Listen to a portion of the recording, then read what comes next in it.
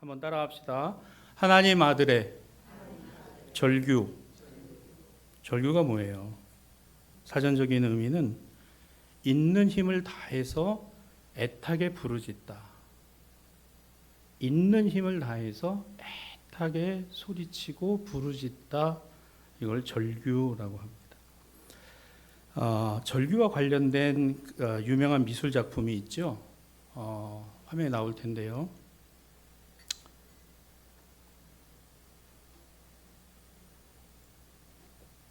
이거 누가 그렸습니까?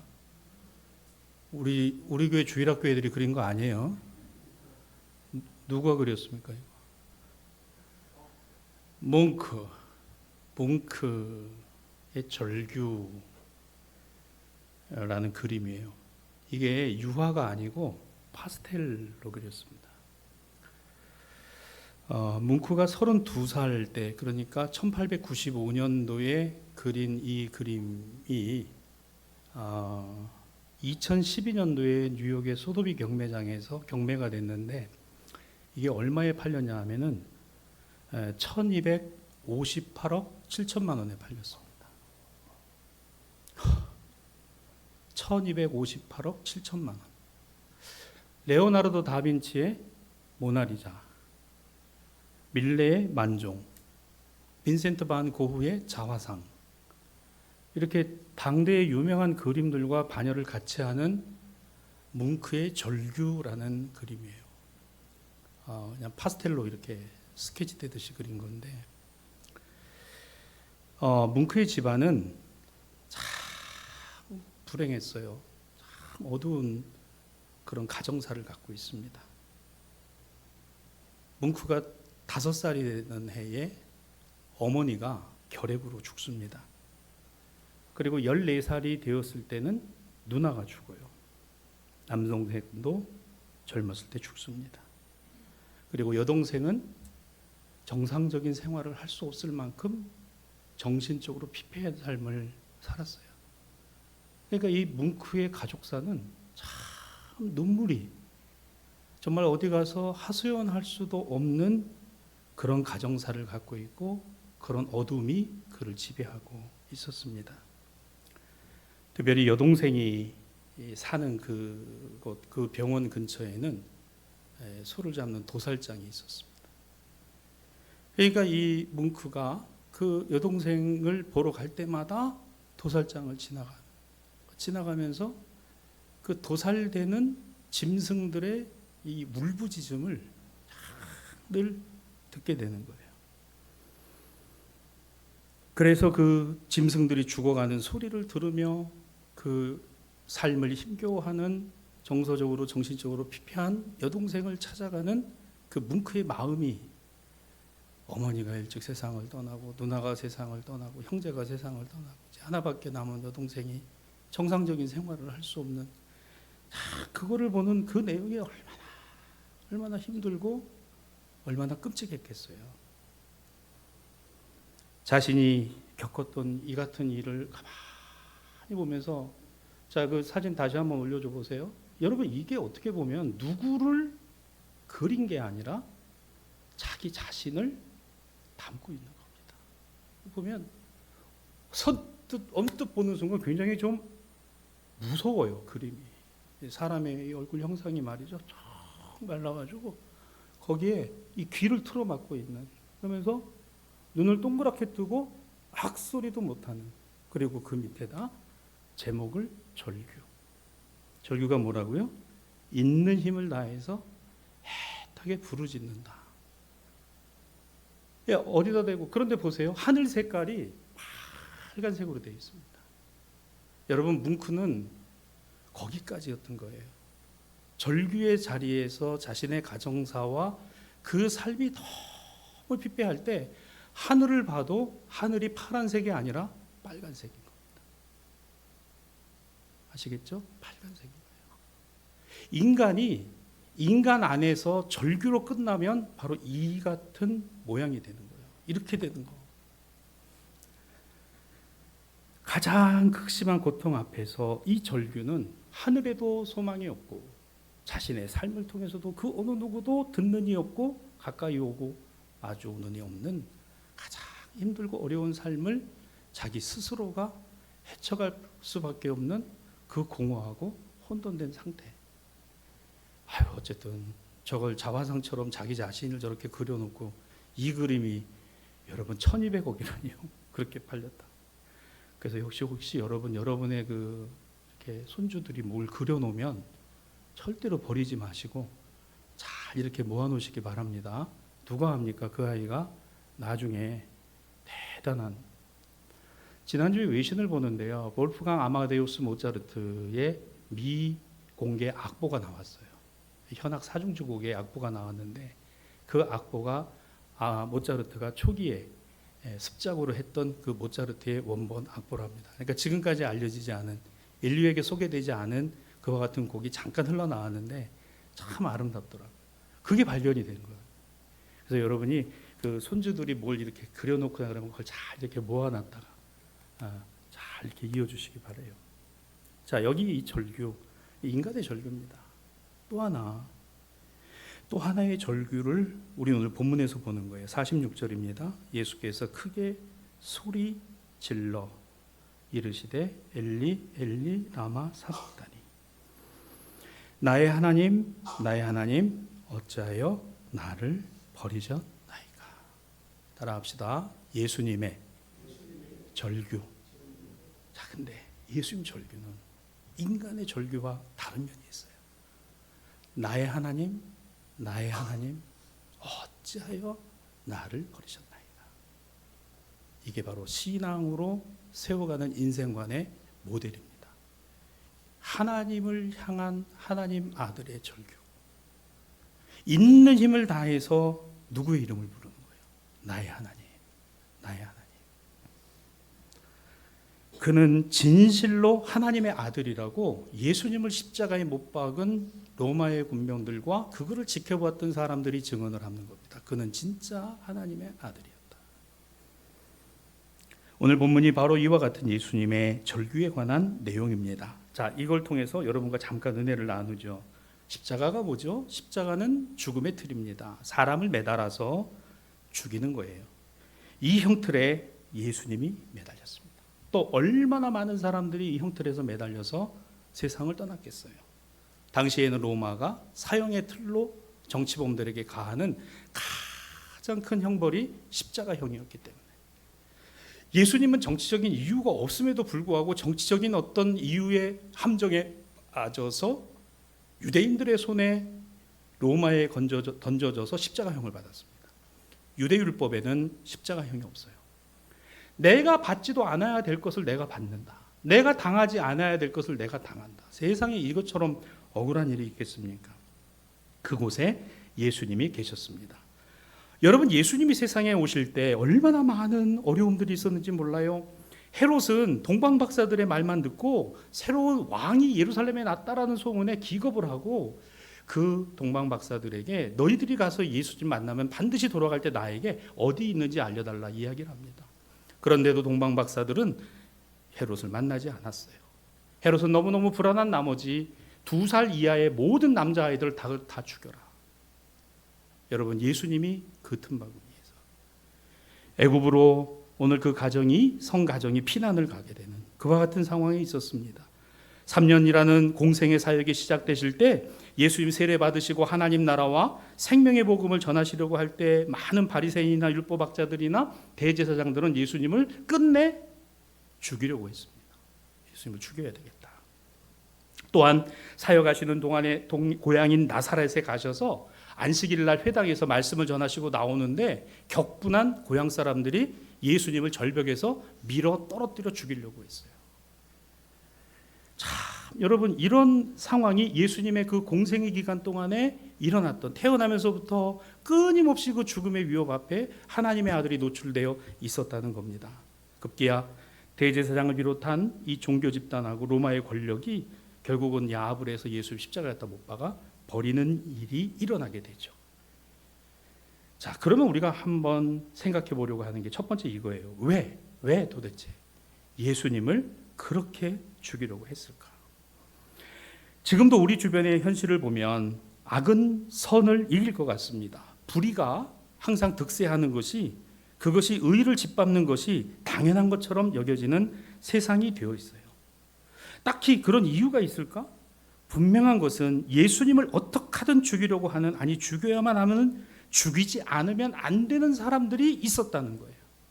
여러분, 누군가 죽어서 내가 이득을 얻고 누군가가 죽어야 내가 사는 거라 그러면 우리 인간은 당연히 그 길을 선택합니다. 아니지, 나 때문에 네가 죽어서는 안 되지, 나 때문에 내가 피해를 봐서는 안 되는 거지. 이거보다는 내가 죽어, 내가 피해받아, 내가 잘 되고 내가 나은 것이 오히려 더 좋다라고 생각하는 것이 우리네 생각일 수 있다는 겁니다. 예수님이 왜 죽어야만 할까? 오늘 이 죽음에 찬성하고 죽음을 선동한 사람들은 다 이유가 있었어요. 대제사장도, 바리새인들도, 또 로마의 총독이었던 빌라도도, 또 예수님을 고발하고 거짓 증언을 했던 사람들도 다 이유는 있었을 겁니다. 그러나 중요한 것은 예수님 하나 없어진다고 달라질 게 있을까? 예수 하나 죽인다고 해서 달라지는 것이 있을까? 예수님이 십자가에 달리셨습니다.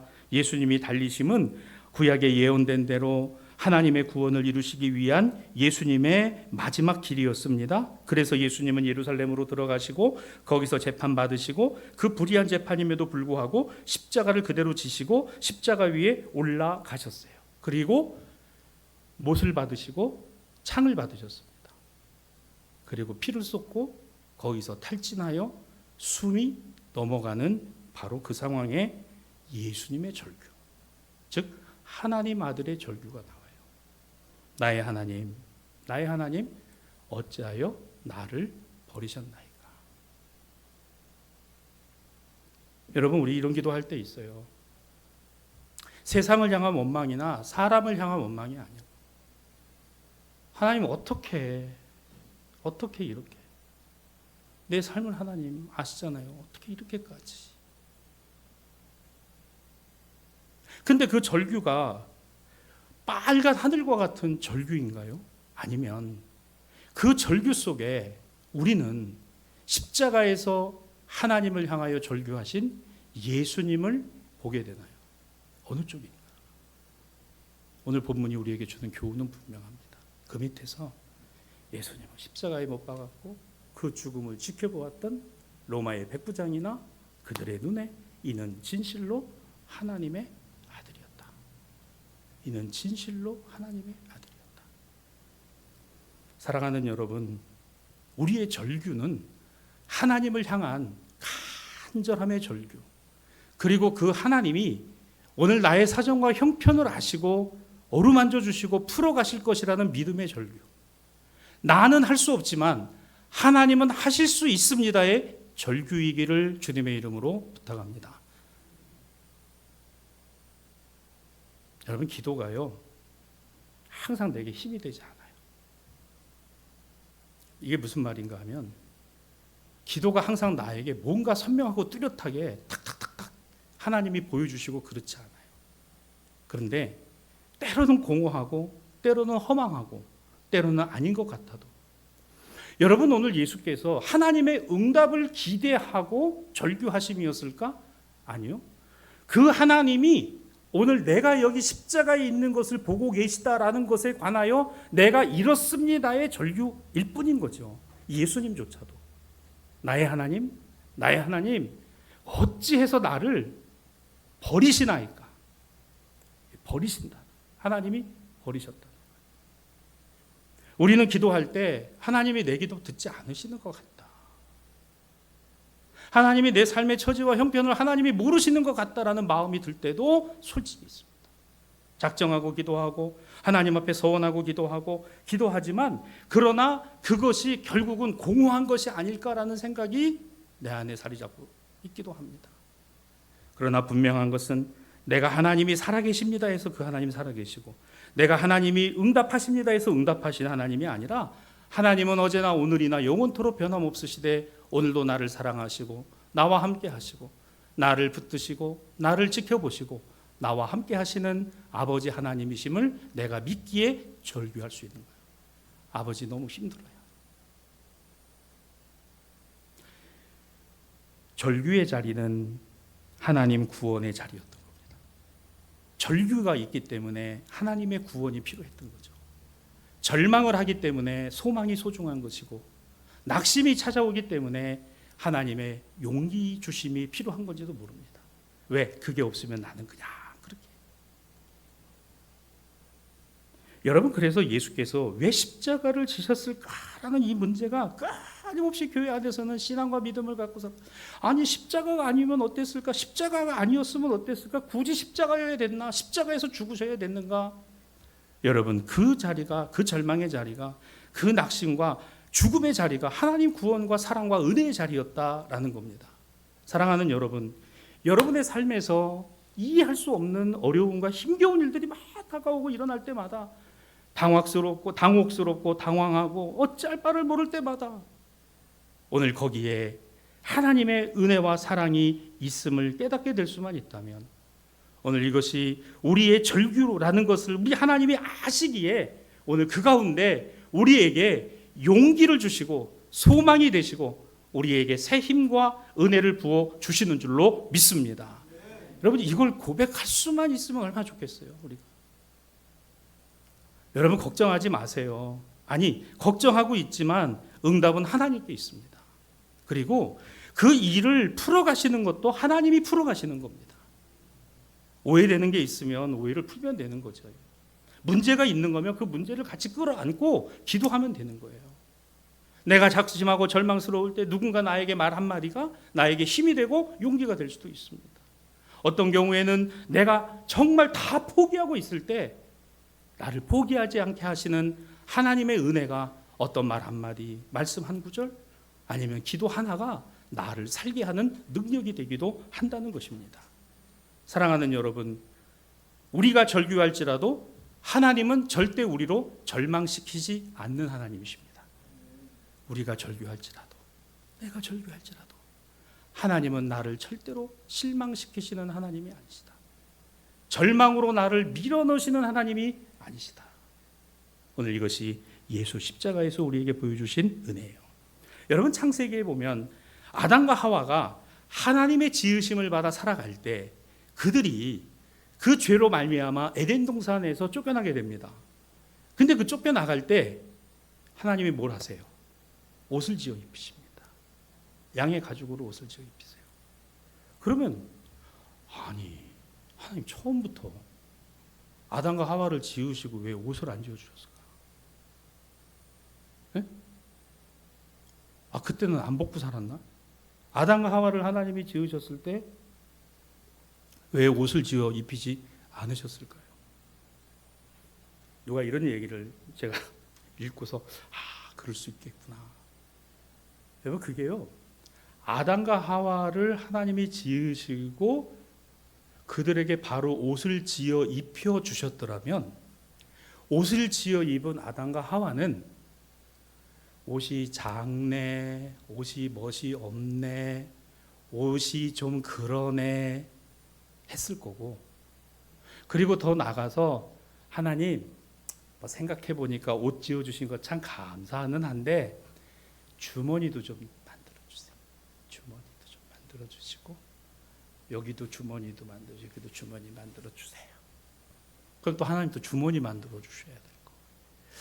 그래도 주머니를 만들었는데 또 주머니가 크네, 작네, 삐뚤어졌네, 또 이러다가 어느 시점에선가 하나님 또 이렇게 주머니도 만들어 주셨는데, 하나님 이 주머니에 금이나 은이나 이거 좀 꽉꽉 좀 채워주세요. 그래서 아예 하나님이 그럴 줄 알고 옷을 안 지어주셨다. 그리고 그들이 절규할 때, 하나님 앞에서 죄가 드러나고 죄인으로 쫓겨날 때 그 벗은 몸을 가려주시기만 해도 감사하게 될 때 옷을 지어 입혀 주셨느니라. 감동이 되십니까? 그게 우리예요. 가장 필요할 때 그냥 그게 하나님의 은혜인 거지. 처음부터 옷 지어 입히셨으면 나중에 주머니에다 금은까지 꽉 채워주실 판이에요. 근데 그들이 하나님 앞에서 쫓겨나갈 때 그들의 부끄러운 모습을 가려주시기만 해도 감사. 가려주시기만 해도 감사. 여러분, 어떻게 보면 기독교 신앙이라고 하는 것이 굉장히 현세적이지 않은 것처럼 보이기도 합니다. 스스로를 그냥 괜찮다라고 위로하는 것처럼 보여지기도 해요. 그러나 분명한 것은 하나님의 살아계심과 그 하나님의 아들의 절규는 오늘 우리에게 동시에 절규하는 인생을 살아갈 수밖에 없는 우리에게 뭐로 다가와요? 은혜로 다가오고, 구원으로 다가오고, 사랑으로 다가오고, 능력으로 다가온다는 겁니다. 그게 바로 우리의 옷을 지어 입히신 하나님이시다. 요한일서 3장 16절입니다. 그가 우리를 위하여 목숨을 버리셨으니 우리가 이로써 사랑을 알고. 하나님 구원이 뭐예요? 죽어서 천국 가는 거. 그렇죠. 그러나 그게 목적지가 아니에요. 하나님 구원은 우리로 하나님의 사랑을 알게 하는 거예요. 깨닫게 하는 거예요. 여러분, 오늘도 하나님의 사랑과 은혜가 저와 여러분과 함께하고 있는 줄로 믿습니다. 내가 절규하고 또 절규해도 하나님이 나를 사랑하고 계시다. 나에게 은혜를 주고 계시다라는. 그러므로 이 주님의 절규에서 우리는 하나님의 사랑을 깨닫게 됩니다. 예수님이 엘리 엘리 라마 사박다니 나의 하나님 어찌하여 나를 버리셨습니까? 라고 하는 이 절규 안에서 그래요. 이거 나만 겪는 고난이 아니고요. 나만 힘들고 어려운 것이 아니고요. 그러나 이와 같은 삶의 자리에 있는 것을 우리로 보고 아시는 그 하나님께서 봐라, 내 아들 예수가 바로 그 십자가에서 절규하고 있는 것을 우리로 알게 하신 거죠. 나의 아픔, 나의 고난, 나의 절망, 나의 낙심, 나의 절규를 아시는 주님. 그 십자가를 보는 자마다, 그 십자가에서 절규하신 주님의 음성을 듣는 사람마다, 그 십자가가 나의 십자가임을 깨닫고 그 하나님을 바라보려는 사람들마다 그 하나님의 사랑을 알고 그 도우심을 힘입고 그 일으켜주심을 경험하게 될 줄로 믿습니다. 그래서 오늘 이 말씀처럼 하나님 아들의 절규가 나의 절규일 때 결코 하나님은 외면치 않으신다는 거예요. 결코 하나님은 모른다 하지 않으신다는 겁니다. 거기에서 하나님의 은혜와 은총을 힘입게 되는 우리 모든 성도들이 되시기를 주님의 이름으로 축복합니다. 어떤 때 너무 힘들어서 눈물이 마를 때도 있고 말이 막힐 때가 있고 어찌할 바를 모를 때가 우리 인생에 찾아와요. 그런 일들이 일어날 때가 있습니다. 그러할 때마다 나는 너무 힘들어. 하늘이 새빨개요. 들려오는 모든 말들이 너무 힘들어요. 쫙 말라 밥맛도 없고 살이 쭉쭉 빠집니다. 어찌해야 되나? 어떻게 해야 되나? 나의 하나님 어찌하여 나를 버리셨나이까? 봐라, 저 사람이 진짜 하나님의 아들이다. 우리는 바로 그 십자가 때문에, 예수님 때문에 산 사람들입니다. 살아난 사람들이고, 그리고 또한 살아가는 사람들입니다. 말씀을 정리합니다. 십자가에 몸소 달리신 예수 그리스도의 절규가 나의 구원이 되었고 우리 모두의 구원이 됩니다. 나의 나음이 되고 새 삶이 되었음을 기억하십시다. 그리고 그 다음에 올 영광과 승리의 부활의 주님으로 말미암아 내 슬픔과 괴로움과 힘겨움의 자리, 죽음의 권세까지도 이기신 주님으로 오늘 나는 그 믿음 안에 승리하고 그 주님으로 살아가는 복 있고 복된 하나님의 자녀인 줄로 믿습니다. 이 믿음 가지고 아멘으로 한 주간도 힘있게 살아가는 저와 여러분들 되시기를 주님의 이름으로 축원합니다.